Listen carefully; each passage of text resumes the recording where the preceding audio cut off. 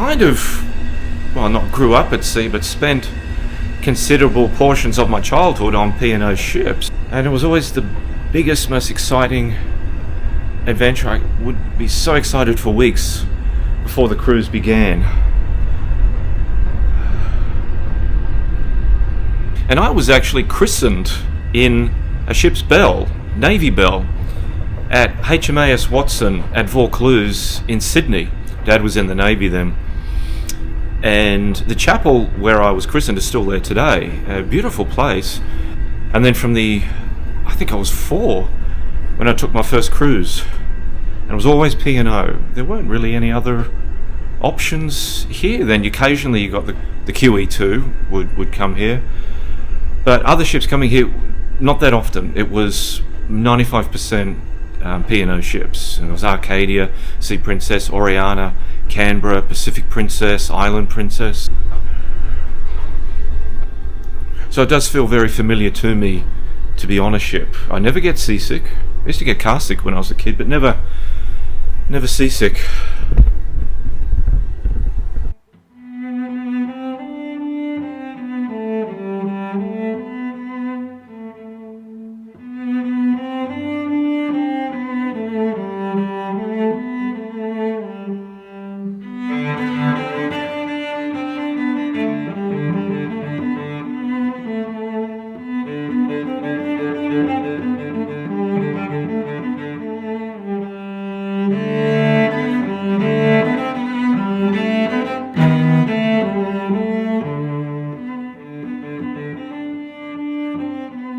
An early childhood memory of mine is, and I can't remember how old I was, maybe 5 or 6, going into Sydney from Liverpool, and I was in the back seat of a car, and we were going to Pyrmont because there was a ship in, and for some reason I was going with Dad on that day to see the ship because he was working.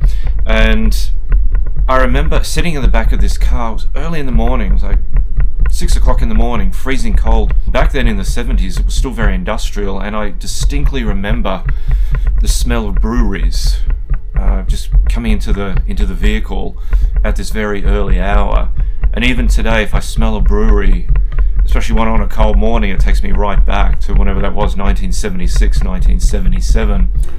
And sometimes after school, when I was in high school, I'd get on the train in Liverpool and get the train into Sydney and go and visit the P&O Cruises offices, which were on Castlereagh Street then. I'd visit Dad there.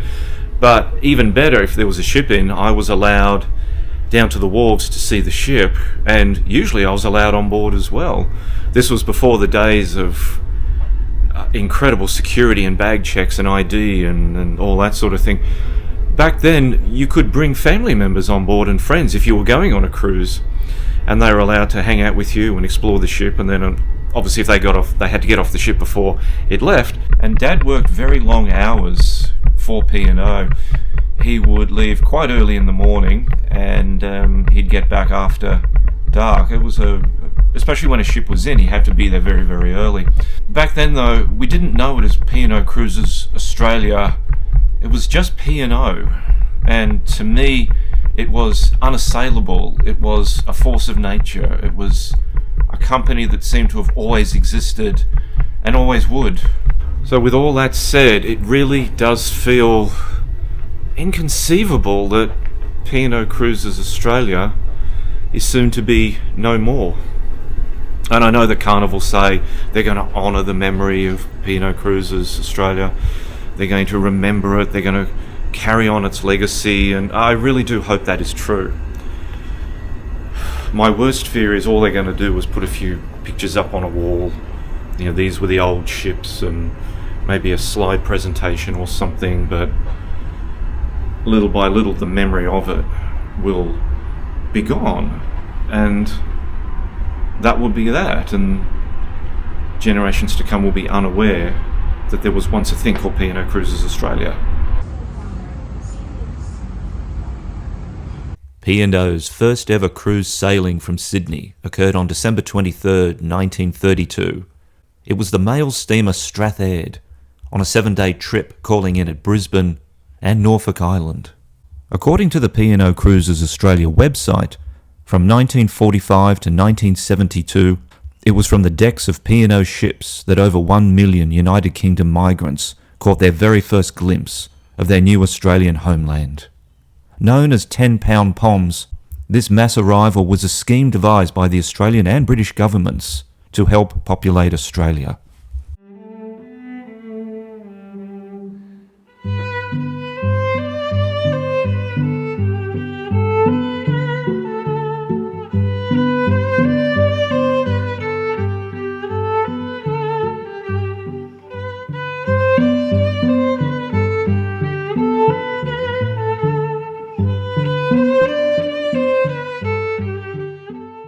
In 2003, P&O Cruises merged with the Carnival Corporation to form Carnival Corporation and plc, the world's largest cruise company.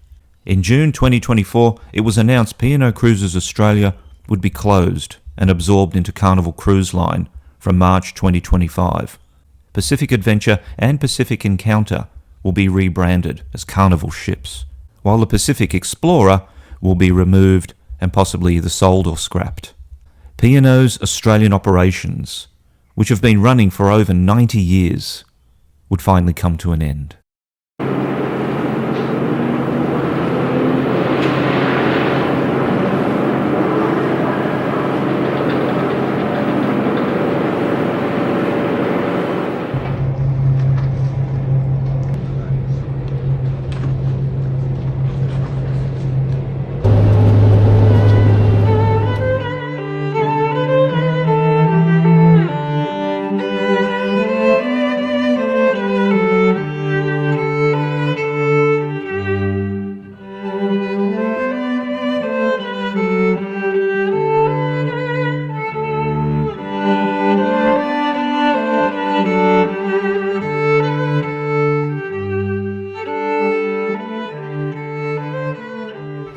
I get the feeling that Carnival Cruises kind of consider Australia to be a cruise market that you don't really have to try very hard.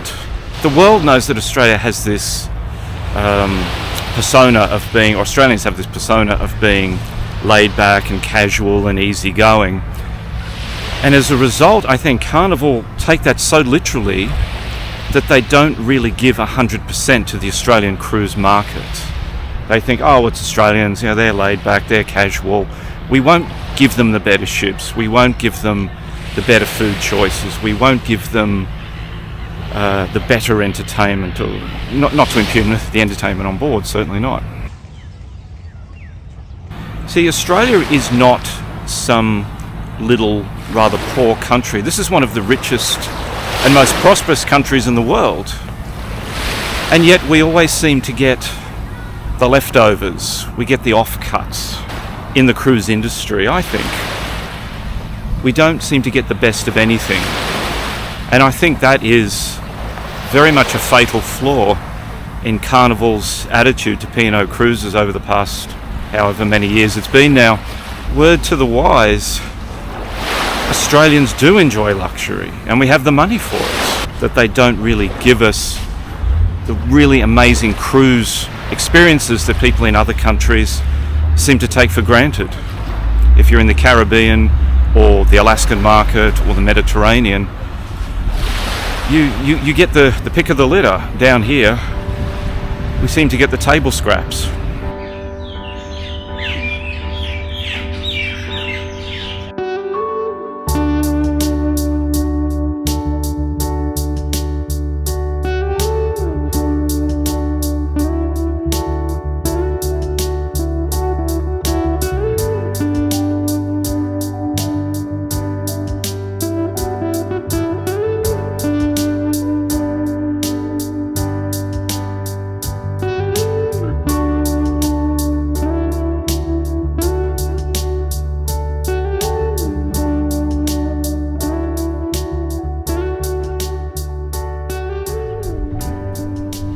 This is my cabin, deck 12, cabin 525. Alright, yeah, quite good. It's dated, definitely, but clean and very well presented, very well looked after. If I was going to give just one message, one piece of advice to Carnival, that is please do not underestimate what Australians are looking for in terms of cruising. I don't think you can go on believing that sort of second best will do for Australia. We do enjoy the finer things in life. We do like luxury. Australians should not always have to travel overseas to get a luxury cruise experience. We should be able to get it here on our doorstep. To Carnival, just because we're Australian doesn't mean that we don't want the finer things and that we don't want the luxury. Because we actually do. And I think for the past 20 years or so, you haven't been giving that. You've been giving good solid service, it's all fine, the food is okay, the ships are old, but there is room now, there is opportunity for you to introduce a bit of class again into the Australian cruise market, and that has been missing, I think, since you took over P&O Cruises Australia.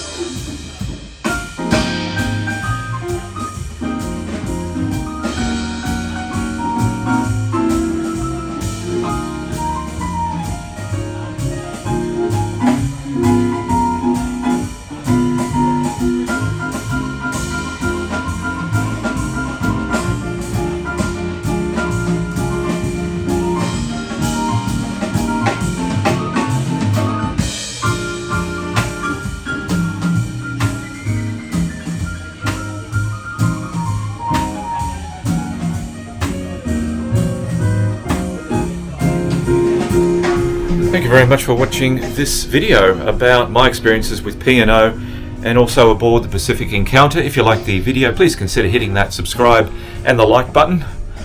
I'll see you again soon.